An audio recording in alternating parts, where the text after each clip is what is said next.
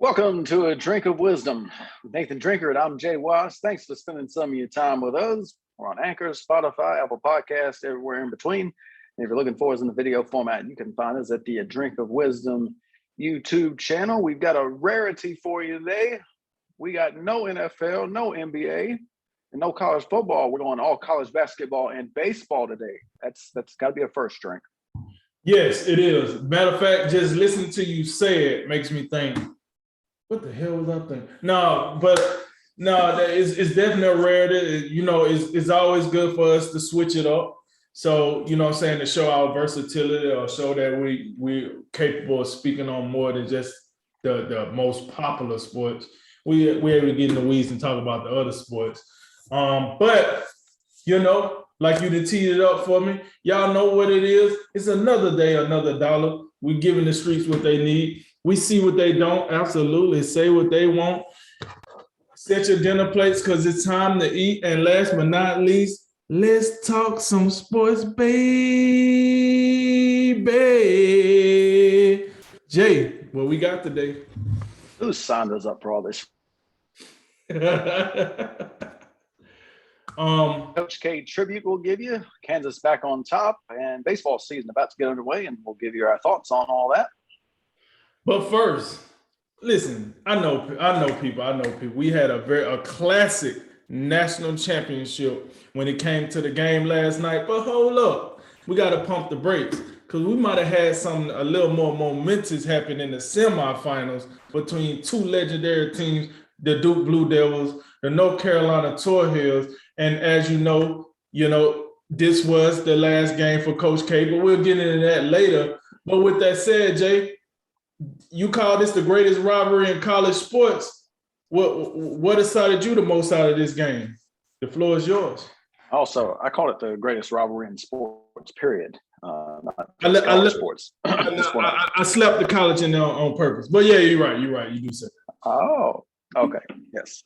For the record, as they say. I made no secret that how much I was looking forward to this game.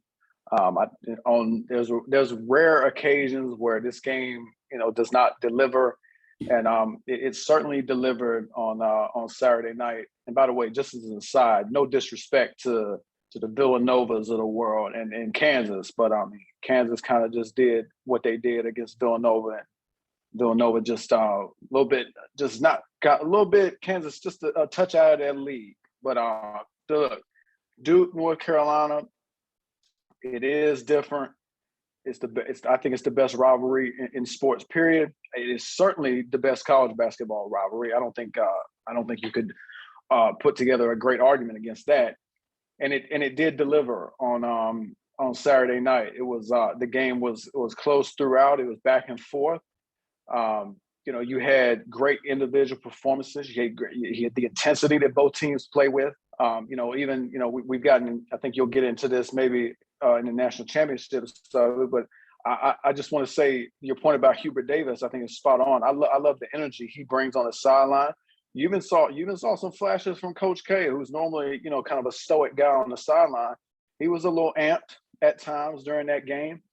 But to the action itself, it just seems to me that when Caleb Love started to get going in the second half, that was kind of the difference, I thought, for the most part. When he, he's one of those guys when you watch him play, he's definitely a scorer. He's a guy who can fill it up. He can get hot in a hurry. Hot in a hurry. And he had a pretty pedestrian first half, and then all of a sudden the second half, he's doing his Jamal Crawford, Lou Williams special out there, where he's just a walking bucket. And when you combine that with the work of some of these big guys with Brady Manek and Armando Bacot, what they can give you on the glass, and also the respective areas of the floor, they can score the ball.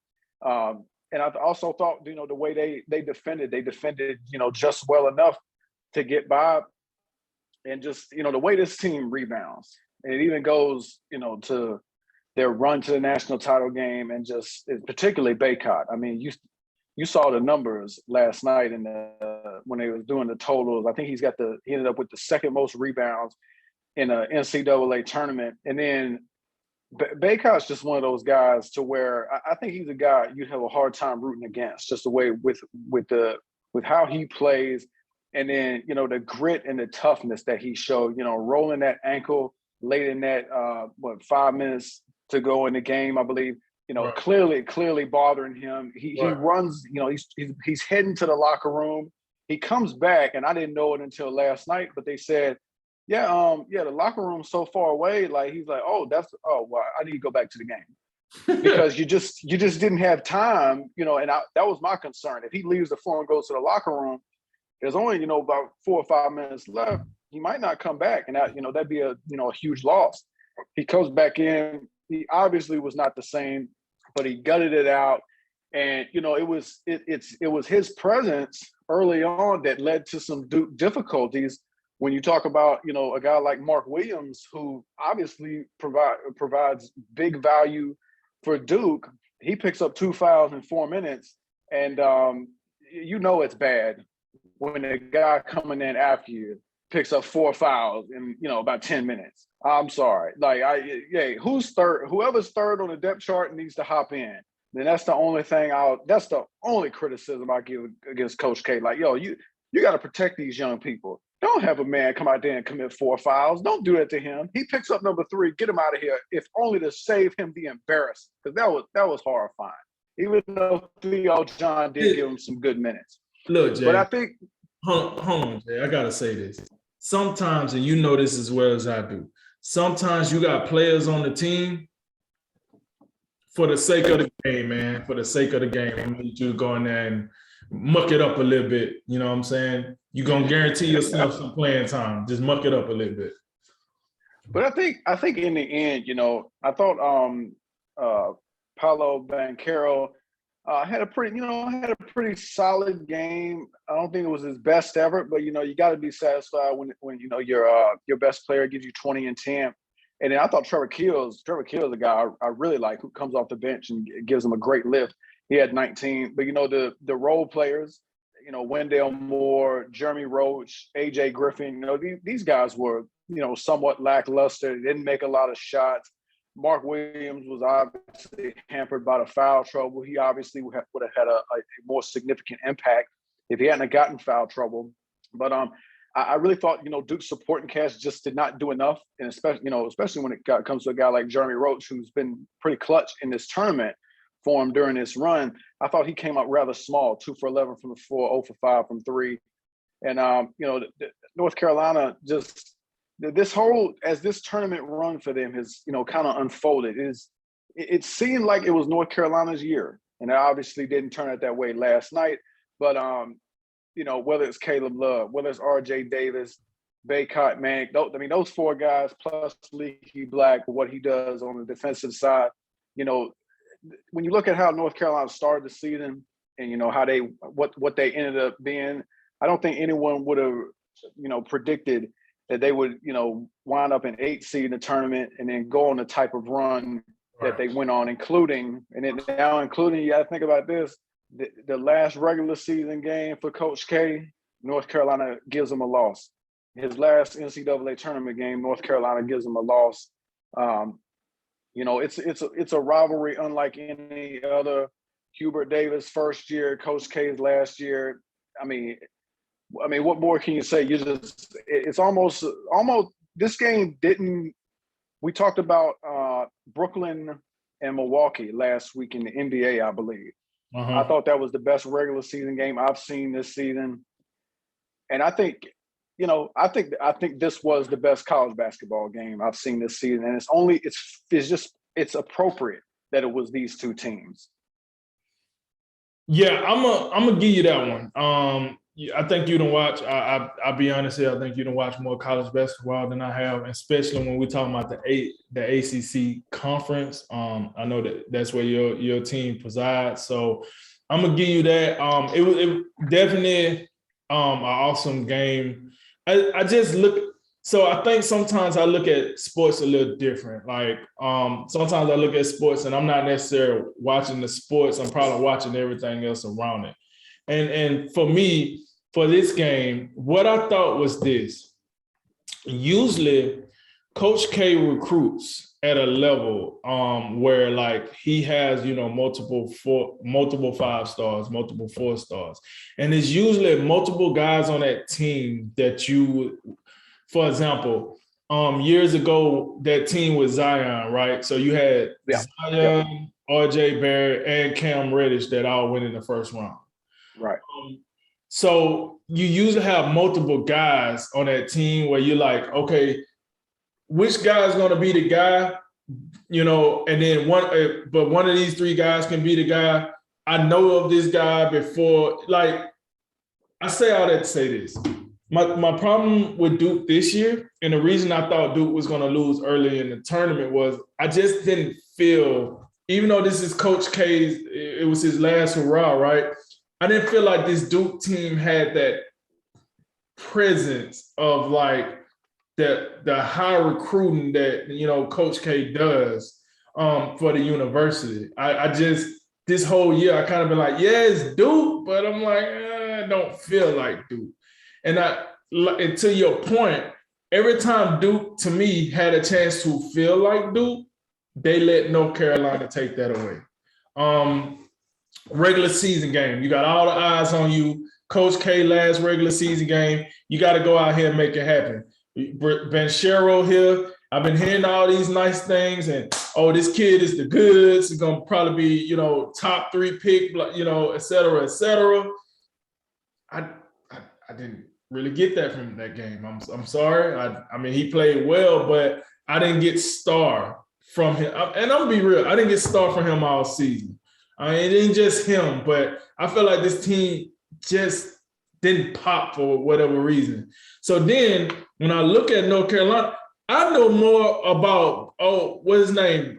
Brent Manick, or like this dude, hair everywhere, headband. I felt like he was more of a star than any player on the Duke roster. I'm sorry, not to be disrespectful. I really do feel like North Carolina, it gave me that vintage, this is the team feel.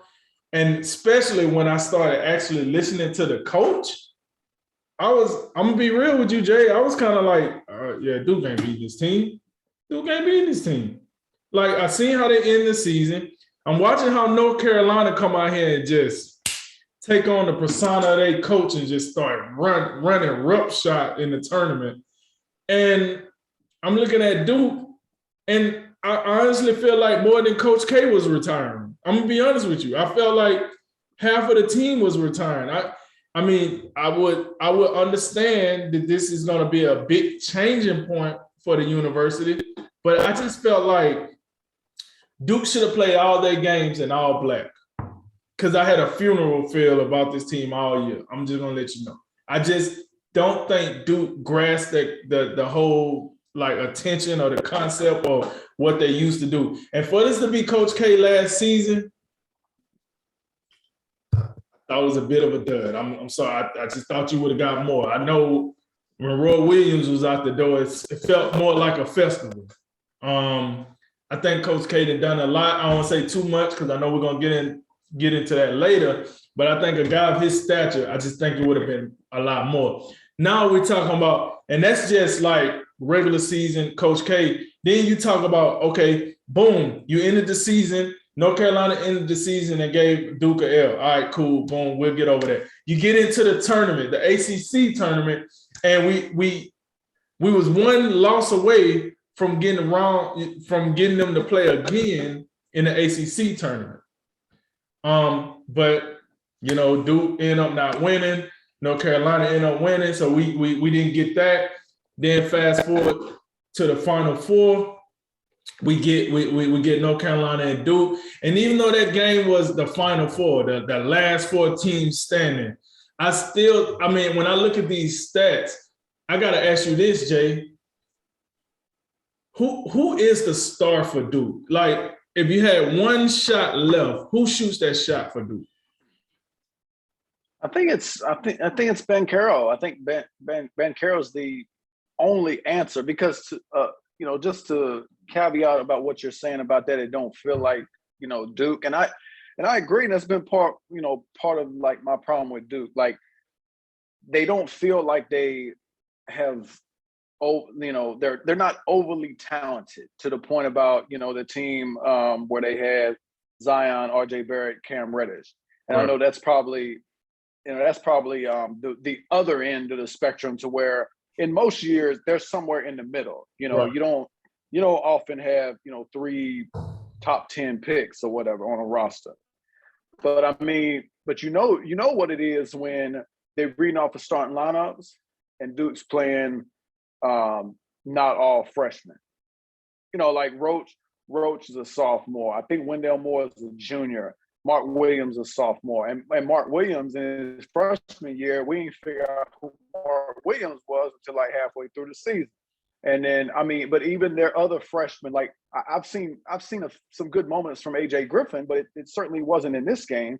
And then, I really like that kid, Trevor Keels, but he coming off the bench. So, yeah, I think it'd be Banchero. Honestly, if I had to pick another guy, I'd probably go win.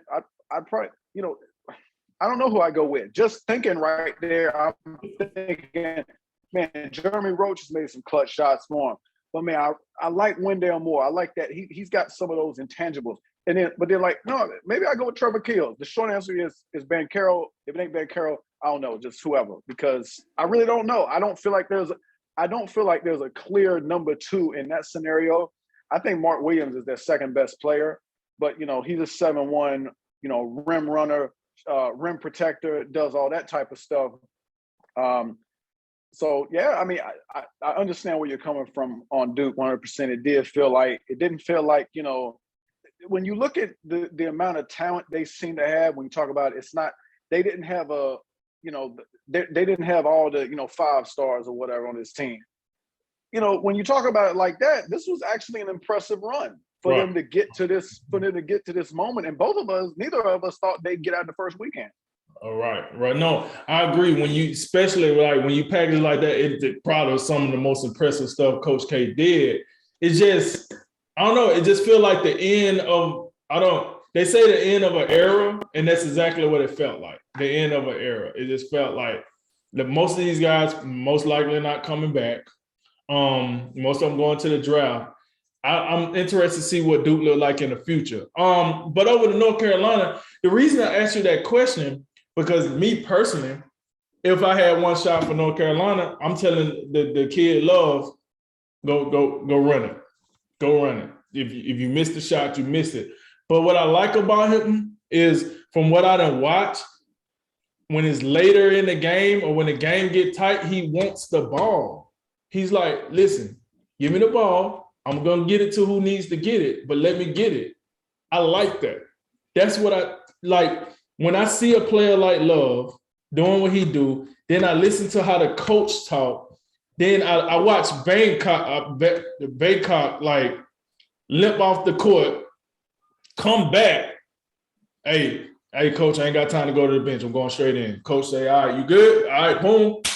He goes straight in. Like, it's the little stuff to me. He didn't even, Coach Davis didn't even look like he even thought about, hey, you got to sit on the bench. He went straight up to him. Listen, coach, this thing going to get tight on me. I can't sit. I got to get back in the game. You okay? You good? I'm good, coach. All right, boom. Put him back in the game. And like you said, was he super effective? No. But he was effective enough with his size and what he does. It helped North Carolina win the game. That stuff matters to me. And this is also why I picked North Carolina to win as well as you did, is because I just felt like North Carolina showed heart. Every time they got a chance to show heart, they did. Especially when you talk about the Final Four and even into the national championship game. Not to say Kansas don't, not to say Villanova wouldn't, but it's just what I seen. This is what I seen. So I'm looking at North Carolina, and I'm like, to me, North Carolina is doing all the things I want to see out of the team. They're a low seed that's playing up to their opponents, right? They got guys that's halfway in, halfway out, like Bangkok kind of hurt. You got Manic kind of got to feel his way around at that time. They made it happen. So long story short, all I want to say is as good as this rivalry is, this looks like It might be the end for a little while until both teams get their profile back up. North Carolina seems to be the team that's going to have the upper hand here in the recent future, but we'll see. I'm pretty sure, you know, the University of Duke basketball program got the monies to go and get somebody else, but it's hard to replace a legend like Coach K.